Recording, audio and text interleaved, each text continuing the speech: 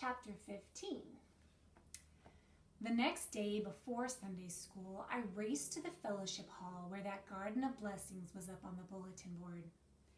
I searched the paper flowers until I found mine. The other kids had made a bunch of flowers, 'cause I guess they had a bunch of blessings. But I had only made one, and for my blessing I had written, "I am healthy," because Audrey had written that on one of hers.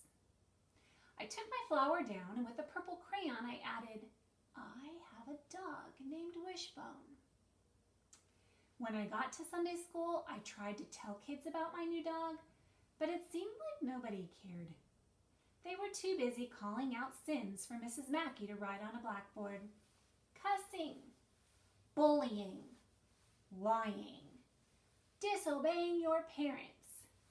The sins were flying around that room like blackbirds on a cornfield. "Charlie," Miss Mackey said, "can you think of a sin?" "I bet leaving your children behind so you can start a new life is a sin." But of course I wasn't about to add that one to the list, so I just said, "No, ma'am." "What about kicking and shoving?" Audrey said. Then Howard started muttering under his breath next to me. "Pineapple, pineapple, pineapple." And maybe it was because we were in church, but a miracle happened. I was able to push my temper down and put a lid on it. I smiled and clamped my mouth shut tight so I wouldn't say anything to ruin this miracle moment. And then another miracle floated through that Sunday school window and settled on my shoulder and nudged me to say, "I shouldn't have kicked and shoved you like I did, Audrey. I'm sorry." Well, let me tell you, that took the wind right out of her sails. Her eyebrows shot up and her mouth dropped open, and then she said, "That's okay."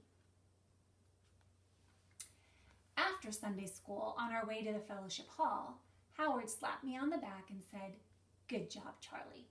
I told you that pineapple trick would work." I'd been counting the minutes until the last day of school. When it finally came, I skipped up to the bus stop in Jackie's majorette boots. I didn't care that they were hot and rubbed blisters on my heels. I strutted up the aisle of the bus and winked at those giggling girls like Jackie told me to do. "Just wink at them," she had said on the phone one night.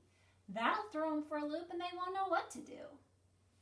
But some of those girls still giggled when I dropped into the seat next to Howard and handed him one of Bertha's banana muffins. "Thanks," he said. Then he broke it in half and started picking out the raisins, placing them in a little pile on the seat between us. "Wishbone dug up some beans last night," I said. Uh-oh. Howard took a bite of muffin and made a face. Then he fished a raisin out of his mouth and added it to the pile on the seat. "Gus get mad?" he asked. "Nah, he just said I couldn't let him in the garden anymore." "Bertha get mad?" I shook my head. "She told me a story about her cousin's dog who ate corn right off the stalks in her granddaddy's garden and got so sick he almost died." As the bus made its way down the mountain, I thought about my old school back in Raleigh. It felt like I'd been in Colby forever, and I hadn't heard from a single one of my so-called friends from back home, except Carlene Morgan. She had sent me a postcard with a picture of the Capitol building, where my class had gone on a field trip. "You are lucky you didn't have to go," she had written. "It was boring. LOL. Jackie told me she had seen my best friend Alvina at the movies with some girls from our Girl Scout troop." "Did she ask about me?" I said. "No, but I told her you were doing good," Jackie said. "Doing good? Ha! How would Jackie know? She was too busy living her perfect life with Carol Lee to think about me. She hardly even called anymore." One time, when I was in 3rd grade, I went with Scrappy to the cemetery to see where his daddy was buried. We found the moss-covered headstone that read, "Albert Eugene Reese." At the top it said, "Gone but not forgotten." I wasn't even laying under the cold, hard ground like Albert, but I was gone and forgotten. Bertha kept telling me I should invite some of my old friends from Raleigh to visit me this summer. I didn't want to hurt her feelings, but that sounded like a bad idea to me. What would we do? Watch the squash grow out in the garden? Stare at Pegasus on the porch all night? Where would we sleep? Squished in my little bed with me on my Cinderella pillows? No, those Raleigh girls would not have any fun here in Colby. When the last bell of the day rang, I couldn't get out of there fast enough. Every day I had counted the minutes until I could get back home to Wishbone. Bertha told me that he stood at the door and whined for me when I was gone. That's the truth, she said. Cross my heart and hope to die. On the way up the mountain, I stared out the window while Howard told me about Burl buying a motorcycle and his mama being mad as all get out. Then guess what? I saw 3 birds perched together up on the telephone line along the side of the road. 3 birds on a wire was on my list of things to wish on.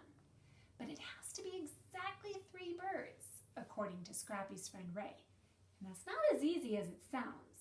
So I made my wish quick before one of them flew away.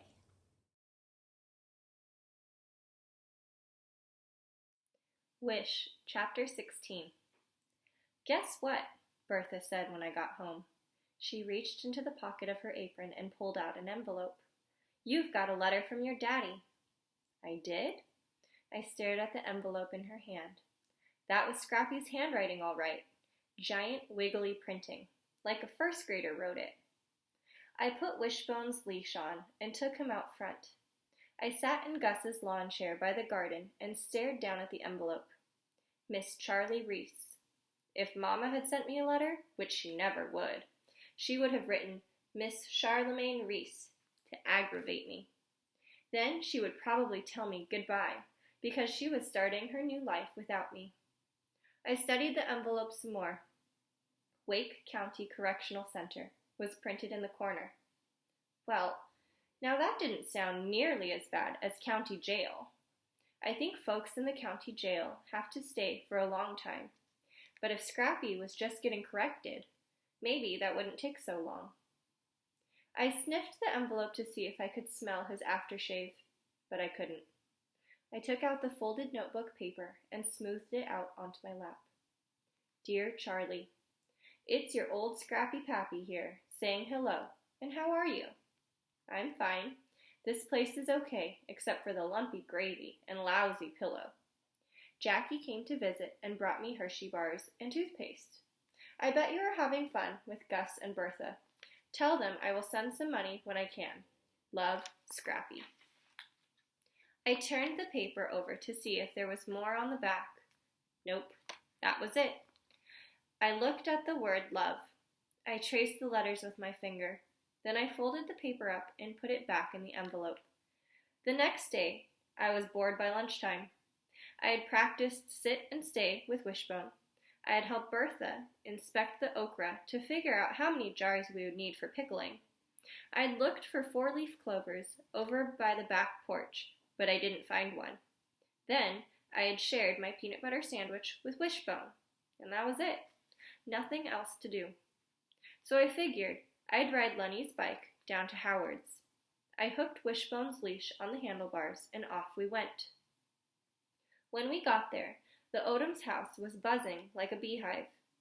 Cotton was making something with sticks and rocks in the small square of shade next to the porch. Burl and Lenny were over in the driveway peering at the engine of Burl's motorcycle. Every now and then, one of them would bang on something with a wrench. Dwight was tossing a basketball into the hoop of the streetlight pole at the edge of the yard. And Howard? I couldn't believe what he was doing. A crossword puzzle. Sitting on that ratty couch on the porch doing a crossword puzzle. What kind of kid does that on the first day of summer? Hey, he said, adjusting his glasses. Wishbone jumped on the couch next to him and flopped over on his side, panting. Hey, I lifted the hair off the back of my neck and fanned myself. It sure is hot, I said. Want to study for Bible detective? Howard asked. Bible detective? I almost said, are you nuts? But for once, I managed to keep my thoughts to myself, and I said, "No, not really."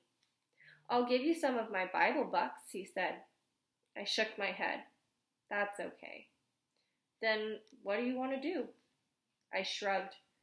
"I got a letter from Scrappy," I said. Howard sat up straight. "You did?" He put the crossword puzzle on the couch beside us. "From jail?" "It's not jail," I said. "It's a correctional facility." "Same thing," Howard said. "No, it's not." "I'm pretty sure it is." "No, it's not," I said so loud Wishbone's head shot up, and he looked at me like I was crazy. Pineapple, pineapple, pineapple. I did not want to get mad at Howard on the first day of summer. I must admit that even though me and Howard hadn't known each other very long, he could read me like a book. I could tell he knew I was wrestling with that temper of mine again, because he'd changed the subject and just said, "Well, that's good that you got a letter." He scratched Wishbone behind the ear. What'd he say? I wanted to tell Howard that Scrappy had said how much he misses me, and he can't wait to come home and watch Wheel of Fortune with me again. That he was going to cook up a fancy supper for Mama, with candles on the table and Willie Nelson on the radio, and maybe she'd wear that red dress he loves so much. And that when Jackie got her driver's license, he was going to let her drive all of us to the country and buy corn and strawberries at a farm stand on the side of the road. Then we'd go home and have a barbecue out in the yard, and we might even hold hands and say the blessings like Howard's family did. But I didn't tell him any of that.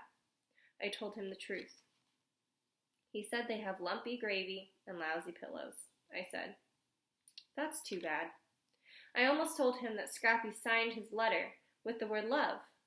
But then, that would probably sound dumb to a boy who gets loved so much every day of his life. "Hey, maybe Mama will help us make cookies to send to him sometime." "Really?" "Sure," Howard said. "Want to go down to the creek?" "Okay."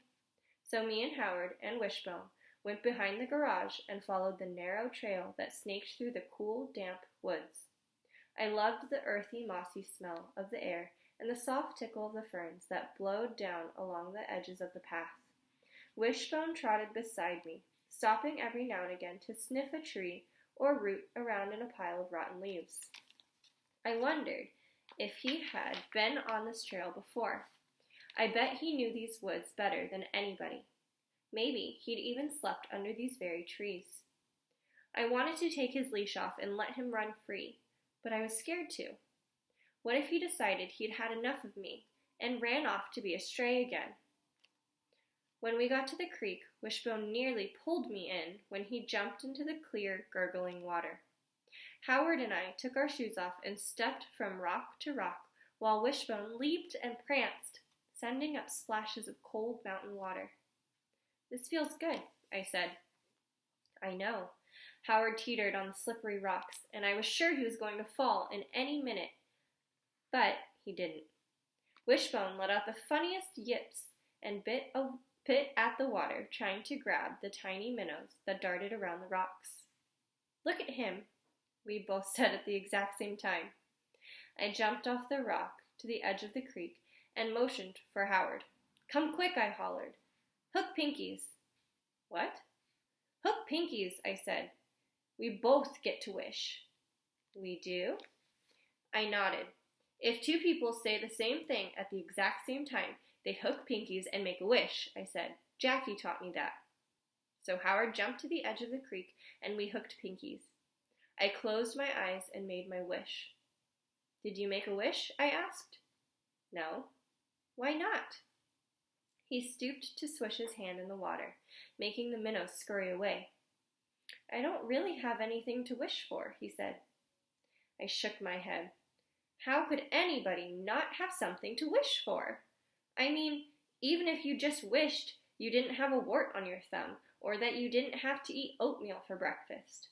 It seemed to me like you could think of something to wish for. "Good grief, Howard," I said.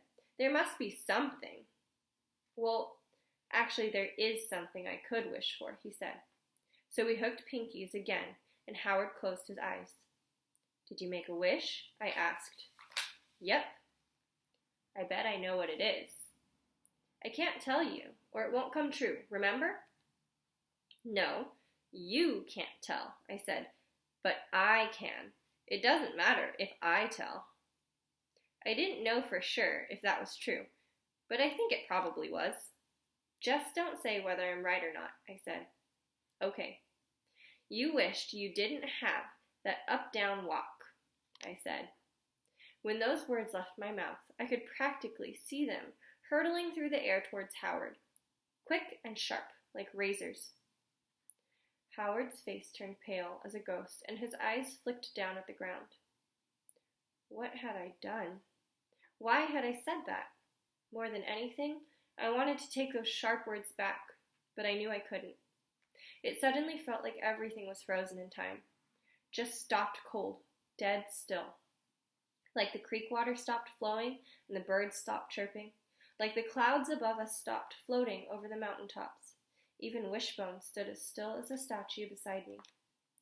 Then Howard broke through that frozen curtain of time by grabbing his shoes and heading up the path towards the house, leaving me standing there, ashamed and heavy-hearted. I sat on the edge of the creek and held myself a pity party. That's what Jackie calls it when I feel sorry for myself. For heaven's sake, Charlie, she says, stop having such a pity party. But I couldn't help it. Why had I gone and said something so mean to the only kid in Colby who was nice to me? The kid who wanted to give me some of his Bible bucks and send cookies to Scrappy. The kid who let me share my troubles with him. I pictured my clothesline full of troubles, and I saw myself pinning on another one. I stayed there by the creek, wallowing in my pity, thinking about how this day had turned out so bad. But then, things suddenly went from bad to worse. A tiny striped chipmunk darted out of a rotten log beside the creek, and Wishbone bolted after it, yanking the leash right out of my hand. And before I could even get myself up off the ground, he had disappeared into the woods.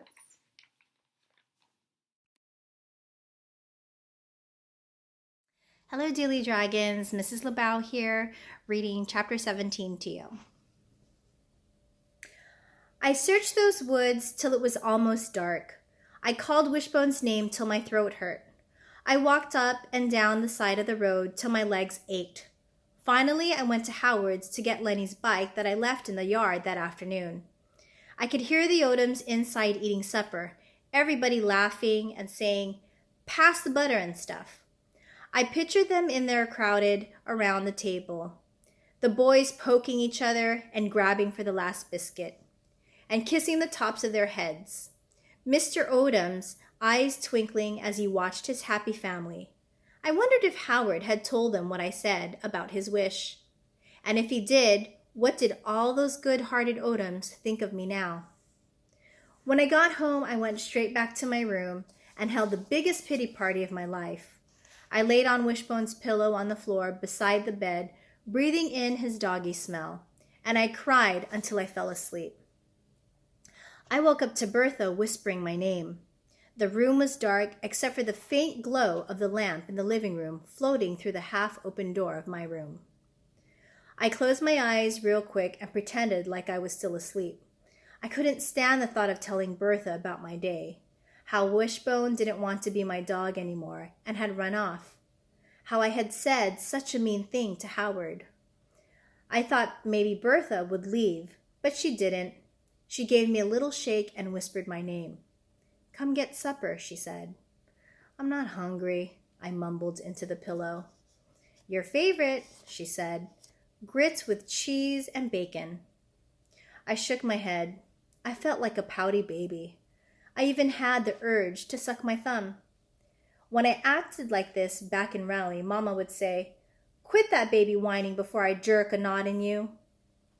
But Bertha said, "You know, sometimes when you've had a bad day, eating grits makes you feel better."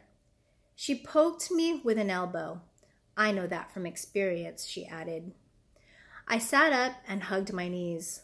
I leaned a little closer to Bertha until we were touching, arm to arm, knee to knee. She smelled like someone who spent her days in the kitchen, bacon and coffee and cinnamon, but she looked like someone who spent her days outdoors. Arms tan and leathery, dirt under her fingernails. "Wishbone is gone," I whispered. She nodded and pushed a strand of wispy hair behind her ear. "Gus is out there looking for him," she said, "and Gus is a man you can count on." A teeny tiny glimmer of feel-better worked its way into my heart. I knew she was right about that. Gus did seem like a man you could count on. "But what if Wishbone wants to be a stray again?" I asked. Bertha sat up straight and took my chin in her hand. "Charlie Reese," she said, "you think that dog don't know a good thing when he sees one?" "What good thing?" I said in my pouty baby voice. She held up a finger each time she counted off. 1, he eats bologna for breakfast. 2, he sleeps on a pillow. And 3, he is loved by an angel. Angel? Ha! So here's where I had to go and ruin that image of me as an angel. "I said something mean to Howard," I muttered. Silence. Why had I gone and told her that? I wished I could take those words back, gather them up like butterflies in a net, stain angel in her eyes. And then I got this bad thought. What if Bertha was wrong about dogs loving you no matter what? What if Wishbone knows I'm mean and that's why he ran off? I could feel Bertha's warm skin against mine, hear her soft breathing in the stillness of that little room. Finally, she slapped a hand on my knee and said, "You need some grits." As soon as I woke up the next day, I looked down at the pillow on the floor, and more than anything, I wanted Wishbone to be there. He wasn't. I hurried into the kitchen. Bertha was shelling peas at the table. "Where's Gus?" I asked. "He went to work." I sank into the chair across from her. "I guess he didn't find Wishbone," I said. She looked at me all sad-eyed and shook her head. "No, he didn't, but he said to tell you we can get out there and look when he gets home.